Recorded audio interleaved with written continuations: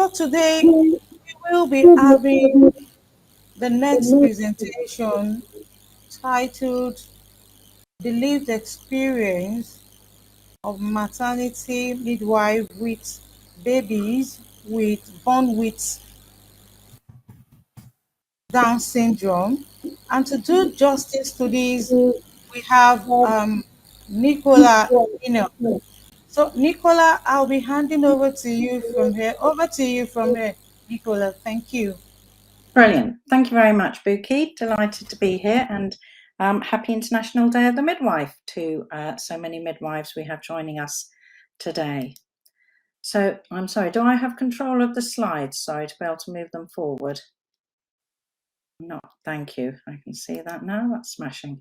Okay, so I'm Nicola, and here in the UK, I originally set up a small regional support group in Warwickshire, and then 5 years ago, a national charity, Down Syndrome UK, which incorporates Positive About Down Syndrome.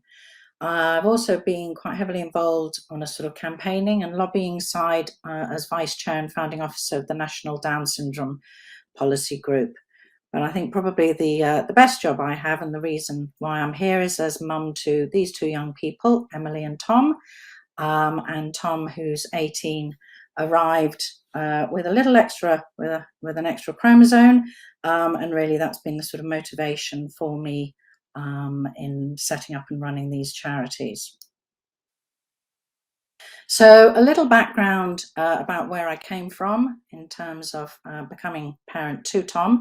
At 39, my obstetrician was very clear that I was high risk, as he liked to refer, of having a baby with a genetic condition such as Down syndrome. And I'd been for extra tests. I'd paid for the Nucal test because I was of the view that I would probably not want to continue a pregnancy if it was identified that that baby had Down syndrome. Having received a high chance result, and then at the 20-week anomaly scan, there was concerns expressed that it looked like baby had talipes. I was immediately booked in for an amniocentesis the following week, and briefly I went home, Googled, not a good thing to do, but having suffered several miscarriages before our daughter Emily, I decided not to risk having a diagnostic test, and so I cancelled. And to this day I always say it's the best decision I've ever made. So when Tom arrived, I had 24 hours of being euphoric, and then when he was a day old, a paediatrician expressed concern, and I was basically found myself in a very, very difficult place. I was overwhelmed with outdated imagery. The hospital weren't great. Well, they were pretty poor at providing me with meaningful support. There was no information, and I struggled enormously to the point that I actually wondered if our lives would be better if Tom didn't survive. He was in Skaboo, and in fact we left the hospital originally without him, as we considered whether or not to have him adopted. I'm delighted to say we went back and we brought Tom home, and it's been a fabulous life ever since. He's now 18, as I said. He's gone all through mainstream school, and he's currently training to be a fitness coach. And if any of you know a certain Joe Wicks, you may see Tom's recorded a session with him, and he's the light of our lives. So as a charity, as I say, we work nationally now, and we work very hard to not only support expectant and new parents, but also to campaign and lobby, because what I've discovered is that 18 years on, there's still a lot of stigma and discrimination towards those with the condition. And so I was delighted to play a part in the lobbying and implementation subsequent of the Down Syndrome Act. And briefly, I sort of set out why that's been such an important act here in England. And I think these issues really, start in maternity care. There is a tremendous stigma towards people with learning disability and discrimination. As I say, I found a desperate lack of information and support, and we still see that. There's often an issue around, if the children get older, diagnostic overshadowing of any sort of issue being attributed to them having Down syndrome and not actually investigated fully. And what we often see is that there are low expectations, particularly when they get into school, outdated attitudes and assumptions. And, we address the elephants in the room. There's often a belief that people with a learning disability, such as Down syndrome, are inferior to those without, and it's a life not worth living. So as a charity, we believe passionately that every woman who's received a high chance or a confirmed result of her baby having Down syndrome has a fundamental right to enjoy that pregnancy free from any discrimination, and not to be subjected to some of the languages and attitudes that sadly we hear still prevail. So to do that, we work extensively across the UK, providing information and support and training to maternity units, and signposting to our services so that our parents can be well supported. And we do that. We have fantastic online forums through closed Facebook groups, and we provide counselling to parents by an independent professional. We deliver training to professionals, in maternity care, and then through nurseries and schools, and to our parents too. So we're currently supporting just 92 at the last count, expectant women. We've welcomed over 250 babies, and we take a very holistic approach. We also support grandparents, and we're there for a parent from the day they discover baby has or may have Down syndrome. And we also have some fantastic breastfeeding support. And as our little ones get older, one of our main initiatives is also around toilet training. So we're really immersed in providing care to expectant and new parents. A quick overview was what it means to have what Down syndrome is. So it's a genetic condition that happens by chance at the time of conception. Babies with Down syndrome are born, as I'm sure people are aware, across the world to women of all ages, backgrounds, and it's basically a third copy of the 21st chromosome. Having Down syndrome does mean that you will have a learning disability. People with Down syndrome do share some common physical characteristics, but as I think these pictures depict really well, someone with Down syndrome will look far more like their family members than each other. And people with Down syndrome will quite often have additional health needs, nothing that's unique to anyone with Down syndrome, but there is a higher incidence of certain conditions such as a heart defect, and there's a lot of outdated stereotypes out there. People with Down syndrome are not all happy and loving all the time, trust me. So in maternity care in the UK, Down syndrome is screened for. It's part of the screening service that's available to expectant women. And in the last couple of years, NIPT's also become available, non-invasive prenatal testing. We're seeing that the accuracy rate of the figures aren't as high as they're claimed. Excuse me. And I guess one of the things that motivates me the greatest is the fact that we still see the majority of women terminate their pregnancies. In the States, there's been a large study conducted by Brian Scott Co. of over 2,000 parents, and you can see these figures that despite all the fear, the stigma, the prejudice and so on, that actually when someone has a baby with Down syndrome, the vast majority love their child and are proud of them. And I think there's often a big concern around expectant new parents. I know there was for myself around the impact that this baby's going to have on any siblings. And yet in the same study of several hundred siblings, you can see again that those family members are loved, valued members of their families. Really importantly, we must listen to the people with Down syndrome. And in this survey of adults with Down syndrome, you can see that they are very happy with their lives and love their families and enjoy their lives. So it's quite a dichotomy that here we have this situation where people with Down syndrome are loved, valued members of their families, and they themselves enjoy their lives. And yet we see the majority of women, vast majority of women terminating. And so it's interesting to ask why, and I think this is what prompts a lot of the work we do. We published a large report 3 years ago now, 4 years ago. We're just repeating it with Warwick University.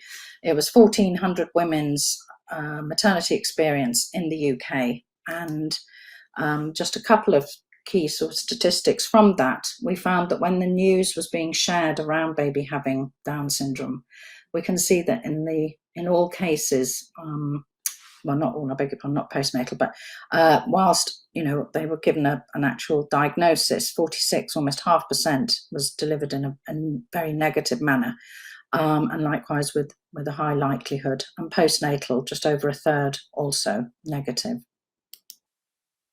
The key findings were that there was also an expectation on women to screen. It's an opt-in, it's not standard, a routine. And yet the majority believed it to be part of that. And those who said they didn't want to continue were asked again. We see far too many, the language being biased and directive.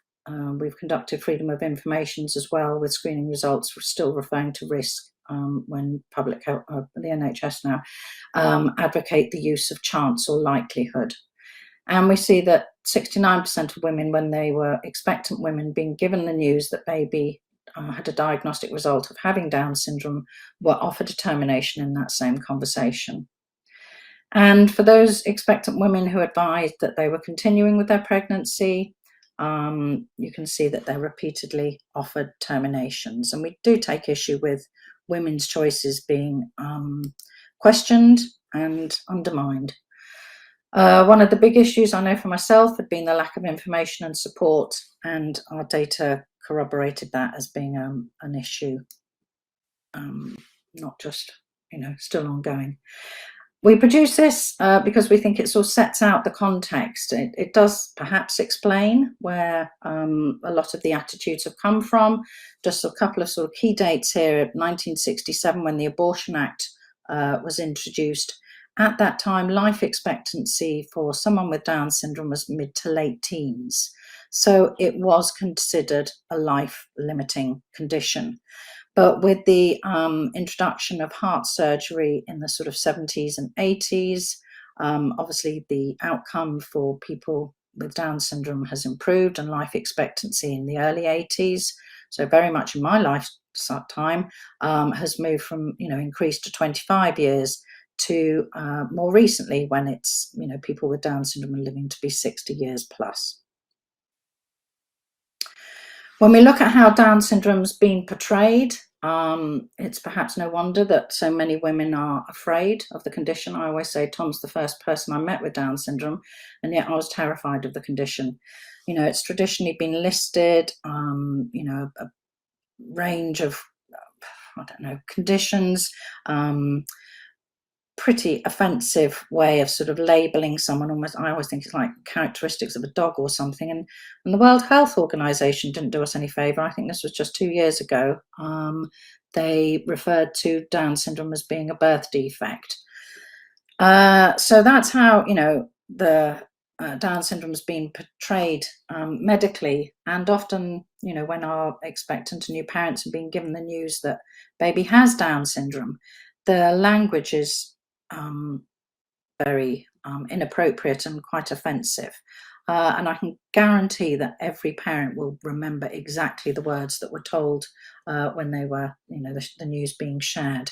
I won't read them out, but they're just some of the examples that, we must consider. Imagine there's someone with Down syndrome in the room, and would you be saying those things? So life's moved on so much. As I say, back in the 60s, it was life limiting, but today in the 21st century, people with Down syndrome are absolutely living their lives to the max. There's, medical intervention has improved, as indeed also in education. And just in general, whilst I say there are low expectations, opportunities are increasing. And as a result, people with Down syndrome are able to, thrive and live very full and rewarding lives. A couple of worries that parents often have is this burden, the impact on their family. And yet, as we've seen, the statistics bear out that siblings wouldn't be without their child, their brother or sister with Down syndrome. I know certainly my daughter is absolute Tom's greatest cheerleader. And I think for many of us, when we're new parents, we worry about the future and that our child will be, a burden and never leave home. Tom's quite keen to go. I'm not. He's definitely has the ambition of wanting to get married. He has a girlfriend and get a job and leave home. A different study, this was conducted around how parents feel, and we can see here that vast majority again feel that they've grown. I definitely have grown as a person. I feel I'm a better person for having Tom in my life, and we learn new skills. Without doubt, having a child with a learning disability really puts things into perspective. Tom says it how it is, and doesn't waste time that a lot of us do around absolute nonsense. So how can midwives and maternity professionals really ensure that our parents are receiving the best possible care and support? I think a really key element is to have a contemporary understanding around Down syndrome. Forget all the stereotypes, all those outdated images you may have. I mean, it's fabulous that we've now got a young chap with Down syndrome in a Disney film, Peter Pan, that's just been released. Ellie Goldstein's on the cover of Vogue this month. Things like that, I think, will have hopefully a positive impact.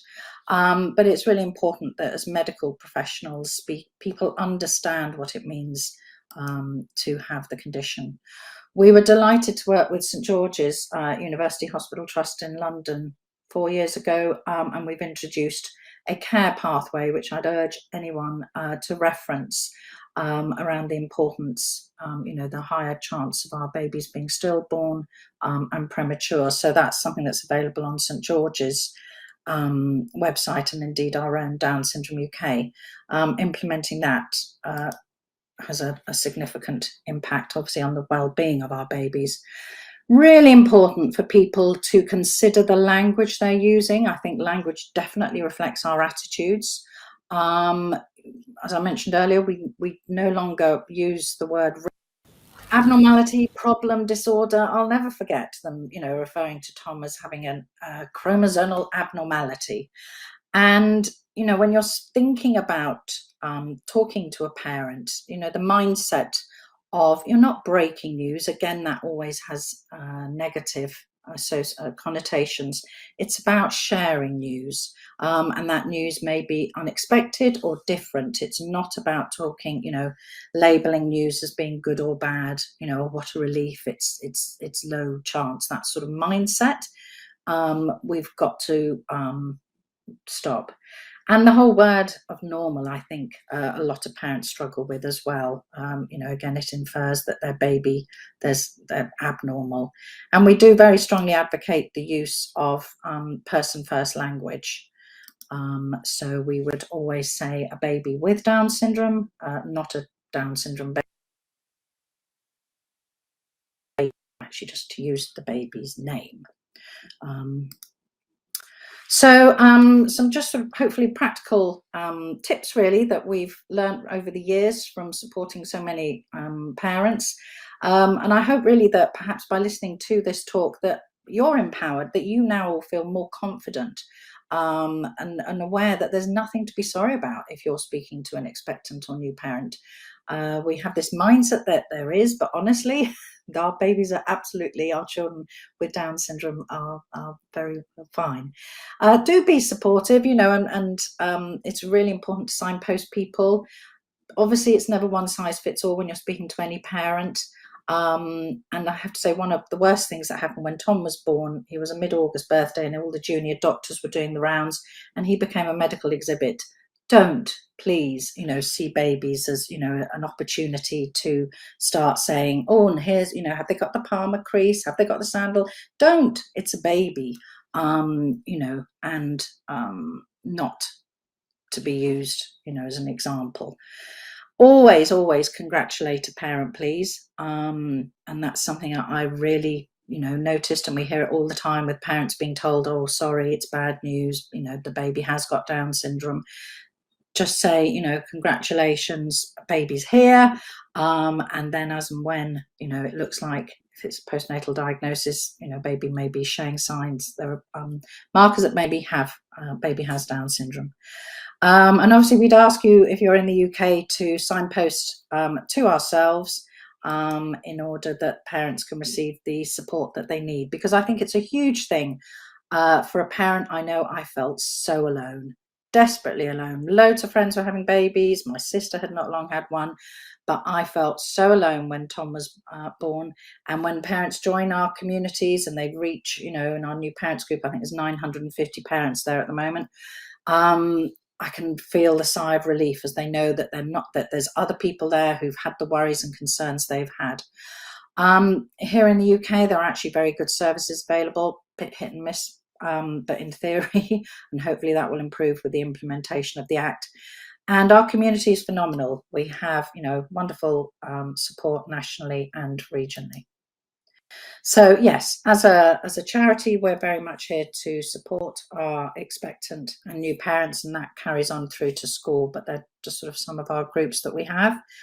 And indeed, maternity professionals. We have a bank of fabulous resources that are available online and also published. We've also done quite a lot of work around breastfeeding. It was something I was quite passionate about, realising how often our parents weren't being supported.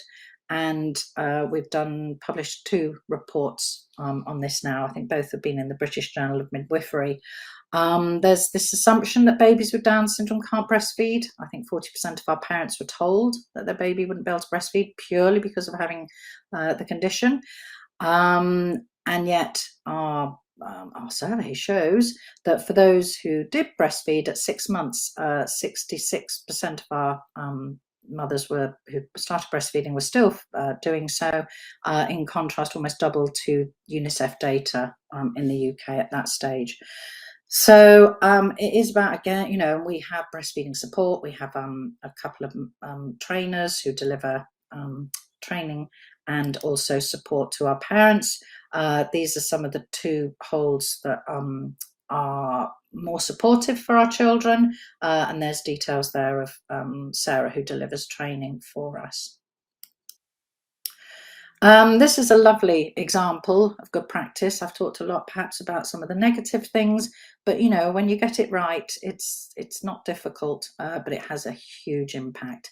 The midwife just saying, results back, and acknowledging that it's difficult perhaps for that parent. It is a lot of information to take on, but not putting the parent under any pressure. We can call you back, arrange a meeting when it suits you, and signpost you and answer questions. And that, I thought, was a great way for that parent to be supported. So to conclude, please make sure that you and parents have access to a contemporary understanding around our lived experience. We often see or hear of an expectant or new parent when they're given the news that medical professionals feel obliged to suddenly remember everything they've ever learnt about the condition. I was told when Tom was 2 days old that he wouldn't be able to go on a trampoline, which wasn't desperately relevant at that point in our lives, that he'd never be able to play the piano. Oh, just nonsense. So just tell people what they need as and well. Keep information in context. Certainly, things around heart surgery, I didn't really touch on, but that's something we have, a heart buddy system. And yes, it's about 50% of babies with Down syndrome are born with a heart defect. Of those, 15 to 20% require surgery. And nowadays, the vast majority of the surgery is considered routine. So keep things in context. And our babies astound me how quickly they recover from the surgery and thrive. If you're, sharing the news, don't, often we hear, just this week I was reading an expectant woman's story that, she was having a scan and suddenly the room's full of 8 professionals all there to, find out what's going on and share their views and so on. So keep calm, don't overwhelm parents, use person first language, and ideally be positive, but definitely don't be negative. We have monthly webinars that are available online and free for anyone who's interested. They're the last couple we've held. So do please register on our website. And that's my information and details of our website. And I think I'm just about on time. Have I done all right, Bukie? You have few seconds to round up. Oh, You say, okay. yeah. Well, basically, we're here to support and help. We deliver a lot of training to medical professionals and indeed to the universities to train our future midwives and medical practitioners.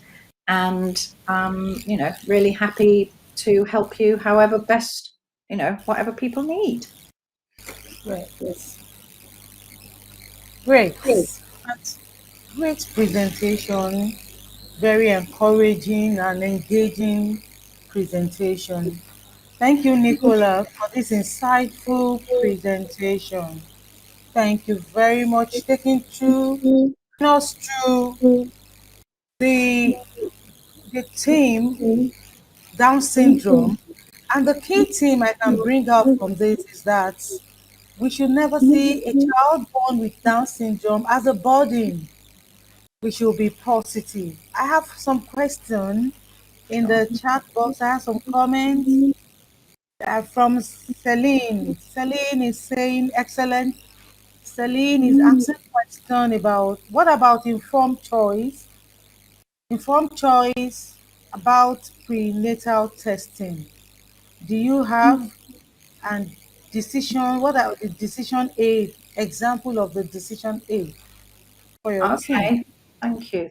So I guess the whole thing around informed choice, if I take it back a step, I actually it's something we've been campaigning just last year. I've got a big poster up on my wall there with a pledge that was signed by a load of parliamentarians when we were at Westminster last year around the fact that actually a woman being offered a termination purely on the basis of a baby having a genetic difference. That as I hope is I've made clear, we are not anti-termination at all. But what we are against is any assumption and expectation that a woman should terminate. And I think in the UK we do have this system whereby when the woman's given the news baby has Down syndrome, she's offered that choice. Now, in my mind, you've actually undermined a woman's autonomy by deciding which pregnancies we're offering the choice on. So when I was pregnant with my daughter, there was no, never any mention of me considering a termination. 3.5 years later, me again, same family situation. And yet, as soon as it was identified that it looked like Tom may have a genetic condition, I was all being told I had this decision, this option to consider.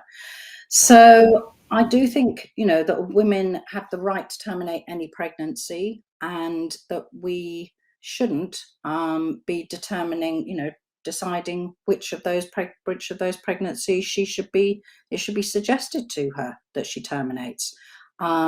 We've, as a charity, supported women who do terminate, and completely respect that that's their choice, and that's fine. What breaks my heart is when we know that women are being pressured, and there is coercion, the language, we've seen it because obviously those we surveyed were the women who continued pregnancies, being offered at 35 weeks a termination, even when you've told the medical professionals countless times that it's not on the cards, is offensive and it's wrong. And so we do need to really look at that. So, it is, of course, it's a woman's choice, always a woman's choice, whether or not. And we talk about informed choice. A woman should always be given, information that's relevant at that time. And I think too often women are just given the information around the option to terminate. So I've probably gone on a bit there, sorry.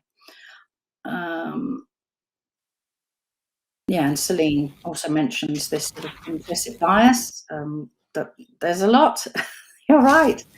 I think it's just about, medical professionals, all of us thinking about our biases. I mean, certainly when Tom arrived, my goodness, I was, a mirror. I had to hold a mirror up to myself and think perhaps I'm not quite as forward thinking and accepting as I'd like to think I was. Yeah. Thank you, Nicola.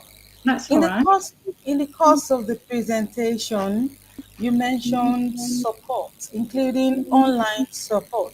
Are there supports? This support, are they only for UK residents?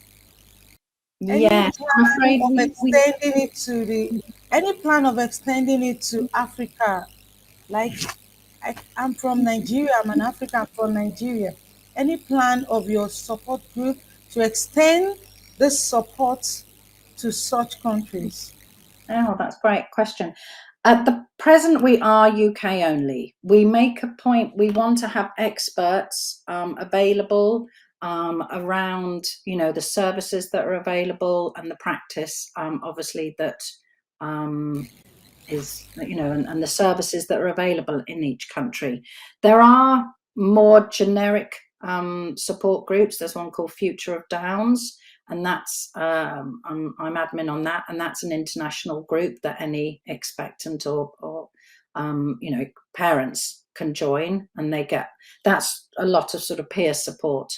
But we have kept it UK based at the moment because there's a lot of the services, the benefits, and so on are obviously.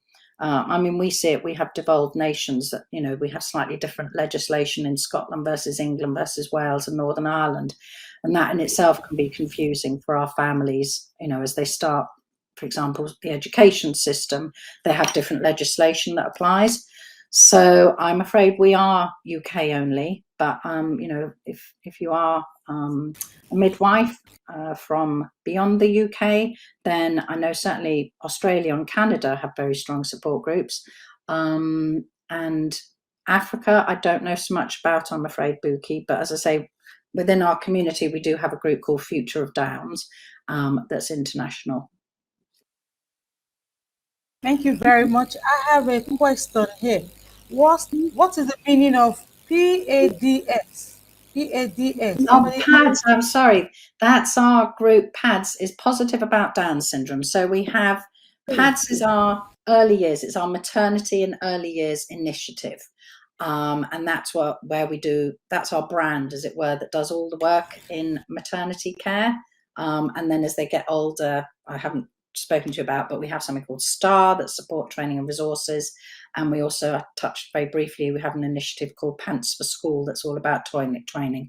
So PADS is the brand that most medical maternity professionals know us as. And DSUK is the sort of umbrella organisation that PADS sits under. That's fantastic. I have here informative and inspiring comment from the audience. Informative and inspiring, beautiful presentation. Thanks so much for your presentation. That's from Celine. Celine Thank is you. requesting, is it possible to have this presentation in French version? She's asking. Sorry, in what format? I mean, Yes, you can have it French however version. you like. I don't mind. Assuming we can do it, people can have it. Okay, okay. And certainly, for any midwives, I would love, she said, I would love to have something similar in French. oh, in French. Okay, Yeah. beg your pardon. Our websites, so we've got two websites, PADS, Positive About Down Syndrome, and DSUK. Both of those can be translated into 100 plus languages. So I'm afraid I don't know that I can translate the presentation, but a lot of the information that's on it will be on the DSUK website, and that can be accessed in French or, as I say, 100 plus languages. Okay, thank you very much, Nicola. You've been able to tell us today, as midwife, we need to ensure best practice. And in the best practice, we need to be positive. We need to be confident. We need to be supportive. We need to be responsive. We need to be aware, have an understanding about Down syndrome, and you made us to realize that we should ensure parents have understanding about Down syndrome. As midwife, we should not be overwhelmed with everything when it comes to having a baby with Down syndrome. Then you really made us to realize that we should give information in context, only share information that are relevant, and we should encourage the woman never to panic. Instead of panicking, the first thing to tell the woman is, congratulations, your baby is here. Thank you so much. Thank you so much for this presentation. Thank you so much. Thank you so much. So, Thank you, Bukie. Thank you very much for the opportunity. And for anyone, do reach out and contact me, please, if we can help you in any way at all. So, right. it's a privilege to be able to share my story and hopefully an insight into It's an what insight. we're here It's a for. very thoughtful story, Thank especially you. the story of Tom. It's Thank you. very I kept it short. If anyone wanted it, I have done a TED talk, how I nearly terminated my son through ignorance. Yes, that gives a slightly fuller picture. And it's certainly a useful resource we find, for expectant new parents, because I think often they find themselves in a place where as a new mum, you don't expect to be, and it's important to know that, not to have feelings of guilt, but that you're not alone. So I won't go on again. I jump back on my soapbox. So thank you. Thank you. Thank okay, you. thank you.